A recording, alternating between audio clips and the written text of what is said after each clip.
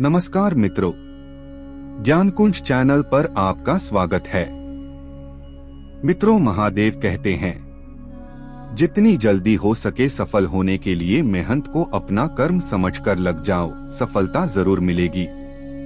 मनुष्य को सदैव अच्छे कर्म करने चाहिए, क्योंकि कर्मों के क्षीण हो जाने पर भाग्य भी नष्ट हो जाता है।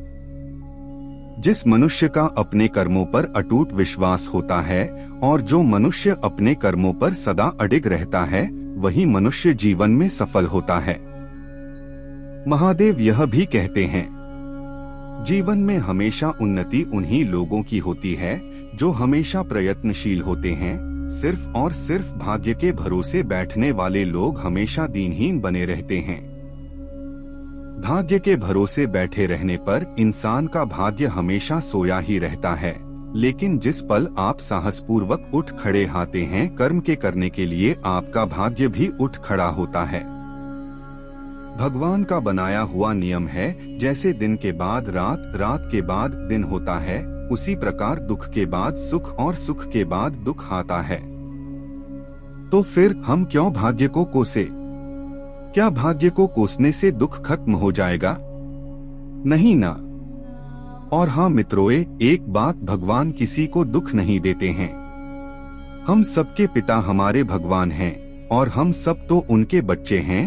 तो अब आप सोचिए, क्या भगवान हमें तकलीफ देंगे तो उन्हें पीड़ा नहीं होगी? हम अपने जीवन में कुछ गलतियां कर बैठते हैं, जिसके कारण हमें तकलीफ झेलनी पड़ती है। महादेव कहते हैं, अगर तुमने कोई रिश्ता खोया है या किसी रिश्ते से निराश हो तो वह रिश्ता मुझसे बना लो। मैं कभी भी तुम्हें छोड़कर नहीं जाऊंगा। जीवन में कुछ भी स्थायी नहीं है, इसलिए स्वयं को अधिक तनावग्रस्त न करें। किसी के साथ चलने से ना तो कोई खुशी मिलती है और ना ही लक्ष्य। इसलिए मनुष्य को सदैव अपने कर्मों पर विश्वास करते हुए अकेले चलते रहना चाहिए। महादेव कहते हैं, जो भाग्य को कोसते हैं वह अपनी जिम्मेदारियों से छूटना चाहते हैं। आसान शब्दों में कहे तो मेहनती लोग भाग्य को कोसने के बजाय कड़ी मेहनत से सफलता हासिल करने में विश्वास रखते हैं। जीवन में आने वाली परेशानी के लिए अक्सर हम ही जिम्मेदार होते हैं।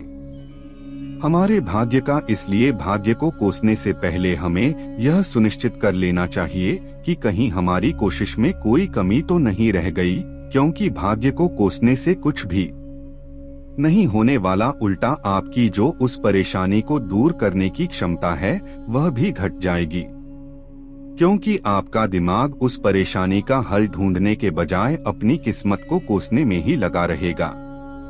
और वास्तव में वह समस्या उतनी बड़ी नहीं है जिसका हल आप प्रयास करके निकाल नहीं सकते हैं। तनावपूर्ण और परेशानी वाला जीवन एक ईमानदार आदमी भोगता है, सीधे पेड़ पहले कटता है। एक बार ऐसा ही हुआ, भगवान शिव के साथ भस्मासुर ने शिव की तपस्या की और भगवान को खुश करके भस्म करने का वरदान ले लिया। अब उसकी नीयत खराब हो गई और शिव को ही भस्म करने पर उतारू हो गया। धरती के सबसे शक्तिशाली भगवान शिव के पीछे पीछे अब भस्मासुर भागने लगा और एक गुफा में घुस गया।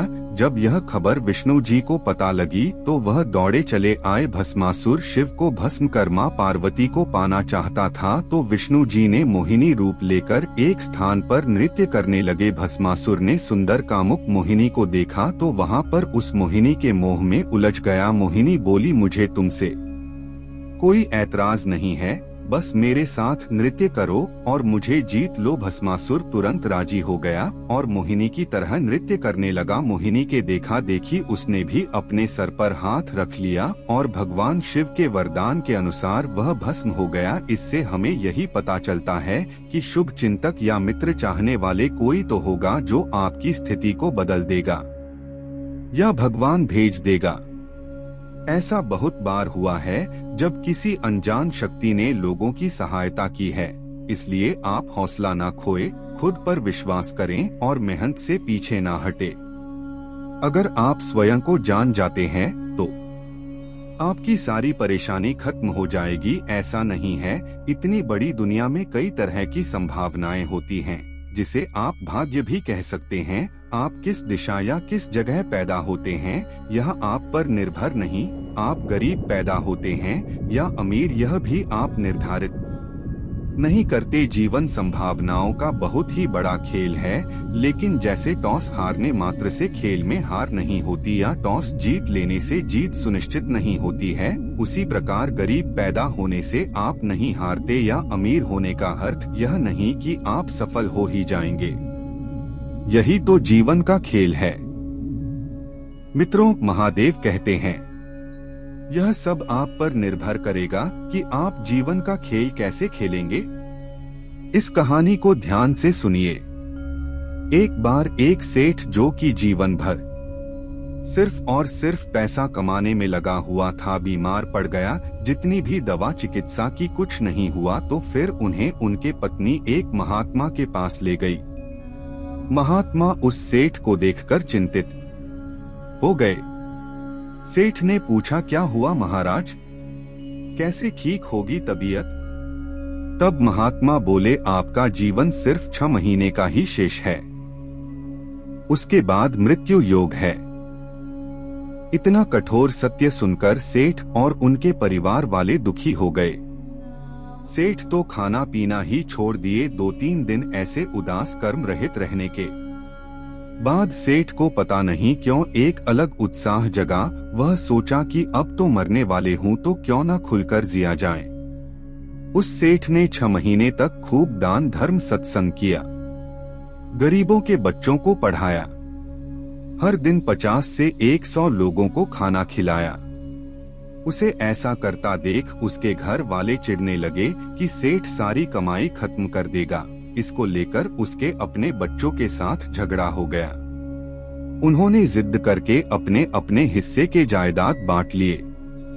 सेठ को तभी पता चला कि जिंदगी भर इतना मेहनत प्रपंच शादी करके जो पैसा वह कमाया था, उसके दुख में वही पैसा उसको सबसे अलग कर दिया।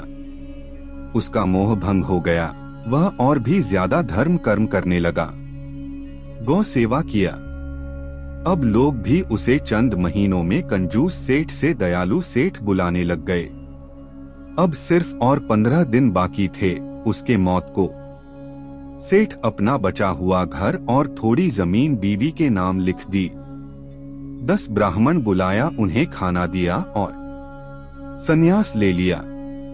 सन्यासी बन सेठ गली गली घूमकर भगवान का नाम जपने लगा, मंदिरों में सोने लगा। अब उसे मृत्यु का भय भी नहीं था। वह उल्टा मरते हुए कैसे भगवान का नाम जपे, इसलिए सोना भी छोड़ दिया और नाम जाप करने लगा। आखिर में मृत्यु का दिन आया। सुबह ही सेठन हाथ धोकर तपस्या में बैठ गया नदी किनारे। 1 दिन गया, 2 दिन गए, 3 दिन गए, पर मृत्यु नहीं हुई। सेठ रोज सोचता, आज शायद मृत्यु होगी। ऐसा करके जब 5 दिन हो गए, सेठ मुश्किल से चलकर थोड़ा अनाज भीख मांगने गया, तो रास्ते में वही महात्मा मिले जो उसके मृत्यु के बारे में बोले थे। सेठ ने महात्मा से पूछा, आप तो बोले थे हमारी मृत्यु होने वाली है, हम मौत का इंतजार कर रहे हैं लेकिन आ नहीं रही है। तब महात्मा ने सेठ से पूछा, आप बताओ, इन 6 महीने में अपनी मौत को लेकर तुम कितना डरे हो? सेठ ने कहा, पहले कुछ दिन को छोड़कर कभी नहीं। महात्मा ने फिर पूछा, इतने दिनों में तबीयत कैसी है? सेठ को तभी एहसास हुआ, आजकल ना उसकी तबीयत खराब रहती है, ना ही मानसिक रूप से किसी तनाव में है। अब सेठ को समझ में आया कि उसकी बीमारी उसके शरीर से अधिक उसके मानसिकता से जुड़े थी, जिसको उसके कर्मों ने कुचल कर रखा था। अब सेठ को समझ आ चुका था। सेठ ने महात्मा का चरण स्पर्श किया और उनका शिष्य बनकर बाकी जिंदगी शांति से बिताई। मित्रों, यह कहानी भले ही काल्पनिक हो, लेकिन भाग्य कैसे मनुष्यों के कर्मों से जुड़ा है, उसके बेहतरीन ढंग से प्रतिपादित करता है। जो करना हो खुद करना, वक्त के भरोसे बैठने से भी धोखा मिल सकता। जो अपने कर्म में विश्वास रखते हैं, वो नसीब का रोना नहीं रोते। हर किसी को आजादी है अपनी जिंदगी अपनी मर्जी से जीने का, पर आजादी में अपने कर्म को मत भूलना। याद रखना, एक गलत काम आपकी आजादी छीन सकता है। कर्म से ही पहचान होती है। इंसानों की दुनिया में अच्छे कपड़े तो बेजुबान पुतलों को भी पहनाया जाता है, दुकानों में। जीवन मिलना यह भाग्य पर निर्भर है, मृत्यु होना समय पर निर्भर है, किंतु मृत्यु के बाद भी लोगों के दिलों में रहना अपने कर्मों पर निर्भर है। जैसा आप सोचोगे, बोलोगे और काम करोगे, वैसा ही आपको वापस मिलेगा। इसलिए अच्छा सोचो, अच्छा बोलो और अच्छा काम करो, यही कर्म है। तुम जो भी कर्म प्रेम और सेवा की भावना से करते हो, वह तुम्हें परमात्मा की ओर ले जाता है। जिस कर्म में घृणा छिपी होती है, वह परमात्मा से दूर ले जाता है। महादेव कहते हैं, किसी ने तकलीफ दिया है तो उस पर ध्यान मत दो। जितना आप उसी बारे में सोचोगे तो तकलीफ ही होगी। अगर उस पर ध्यान न देकर उससे कुछ सीखते हैं तो आपको जिंदगी में आगे ले जाएगी। जैसा काम करोगे वैसा ही फल मिलता है। इसलिए अपनी सोच को अच्छा रखें, किसी को भी अच्छा बोले, अच्छा काम करें और अच्छे लोगों के साथ रहे। कर्म के द्वारा मौन रहते हुए चींटी से अच्छा उपदेश कोई दूसरा नहीं दे सकता। व्यक्ति की सफलता का कारण उसका भाग्य नहीं अपितु उसके कर्म होते हैं। भोगना चाहते हैं तो अच्छे कर्म करिए, बुरे कर्मों की वजह से तो भुगतना पड़ता है। आए अपने काम को अपनी प्रतिष्ठा समझिए, फिर आपके काम में गलती की गुंजाइश नहीं रह जाएगी। आए आपके अच्छे कर्मों का फल शायद आप बांट भी सकें, बुरे कर्मों का फल आपको स्वयं भुगतना होगा। आए कभी कभी भुगतना पड़ जाता है दूसरों के कर्मों का फल भी। समझ लेना कि कोई कर्ज था जो आपने उतार दिया। आए भाग्य के भरोसे रहोगे तो खुद भाग्य बनकर रह जाओगे, तो भाग्य को नहीं कर्मा को चुनिए। अंत में बस इतना, आपका समय सीमित है, इसलिए इसे किसी और की जिंदगी जीकर व्यर्थ मत कीजिए। बेकार की सोच में मत फंसिए, अपनी जिंदगी को दूसरों के हिसाब से मत चलाइए। औरों के विचारों के शोर में अपनी अंदर की आवाज को मत डूबने दीजिए। भगवान ने हाथ किसी को लकीरें दिखाने के लिए नहीं बल्कि अपनी मेहनत का जलवा दिखाने के लिए दिए हैं। धन्यवाद मित्रों, आज की वीडियो पसंद आए तो कमेंट में ओम नमः शिवाय अथवा हर हर महादेव अवश्य लिखें। साथ ही चैनल पर नए हैं तो चैनल को सब्सक्राइब अवश्य करें।